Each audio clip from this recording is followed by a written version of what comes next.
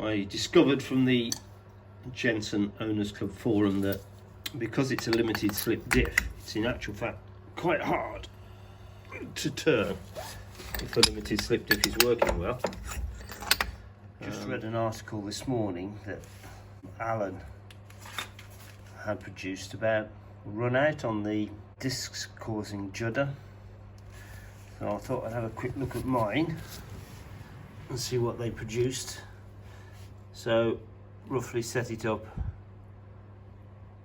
as 0, and then you're looking for any variation.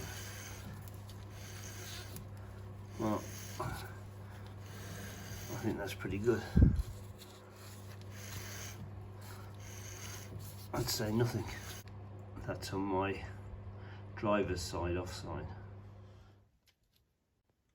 On the near side, situation seems to be the same with any run out. So once it's placed against the disc, I turn the disc,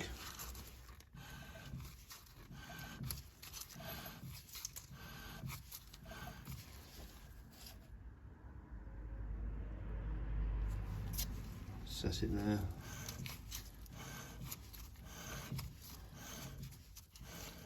Effectively no movement.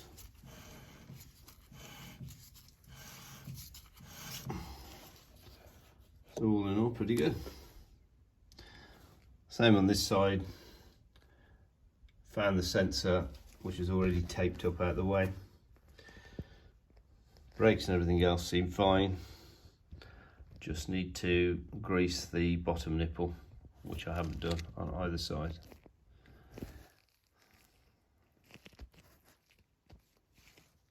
My cigarette lighter for the umpteenth time won't function.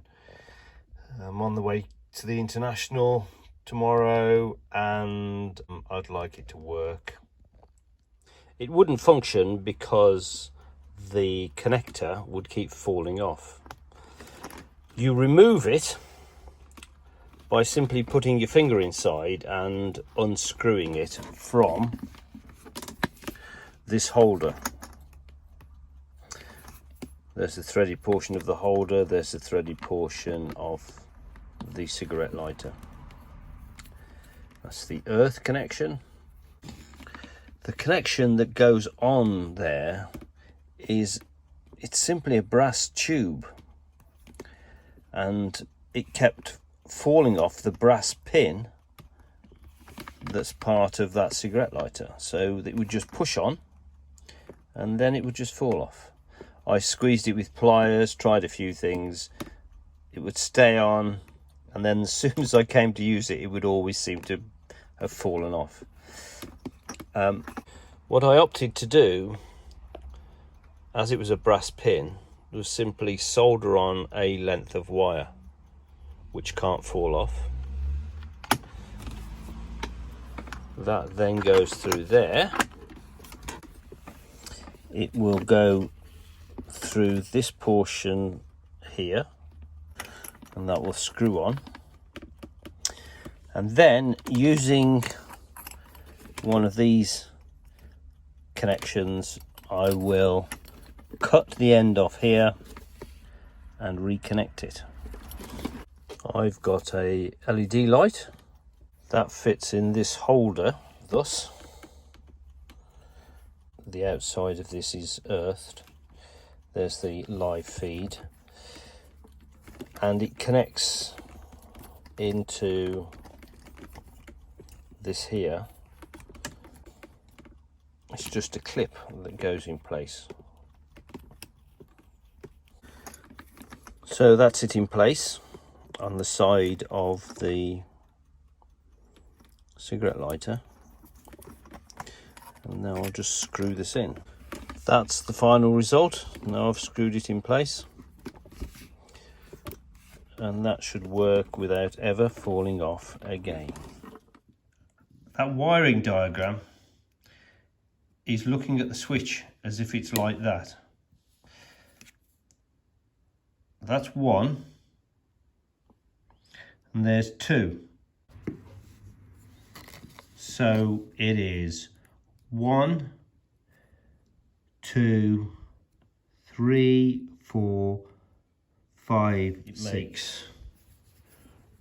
That number 1, 2, 3, 4, 5, 6. When you look carefully at the switch, they are marked with numbers on the switch, but these terminals correspond to these terminals. So you've got this one marked 1, 2, 3, 4. That one is marked 5 there. 6, which corresponds to that one. 7 and 8. But there are only 6 terminals, and those are the only 6 terminals referred to in this diagram, and they're like that. So looking at the window switch as it should be installed, it should look like that.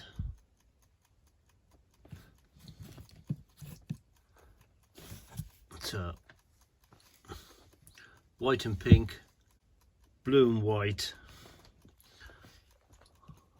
black on that side, and on the other side black, purple and white, and white and pink, I think.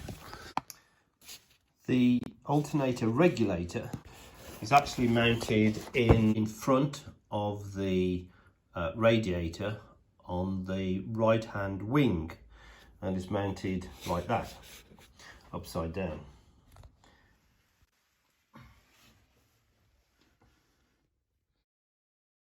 That wire comes from the alternator, and that wire there at the bottom there comes from the harness, and that's a white wire. It's located there. Just see it. It's that one there. I've pulled the plug out because it's no longer necessary. It's attached here at that junction to a white wire. That white wire goes back to a point in the wiring diagram where several wires meet. So we have the voltage regulator. There's the white wire coming out here, and that eventually ends up at this junction here. I'm back at the car because I made a mistake. I managed to cut off this blue and green wire from the harness, deciding it didn't have a function. And when using the car, I discovered I hadn't got any temperature gauge reading for the coolant. What I had done was to cut the wire that was connected to that sensor for the coolant water on top of the water pump. So I've now got to unwrap the loom, connect another wire, and as per the others, attach a bit of the original wiring to the end that will go on the temperature sensor, and then this other coloured wire will be inside the wrapped loom there and will be soldered to this original blue and green.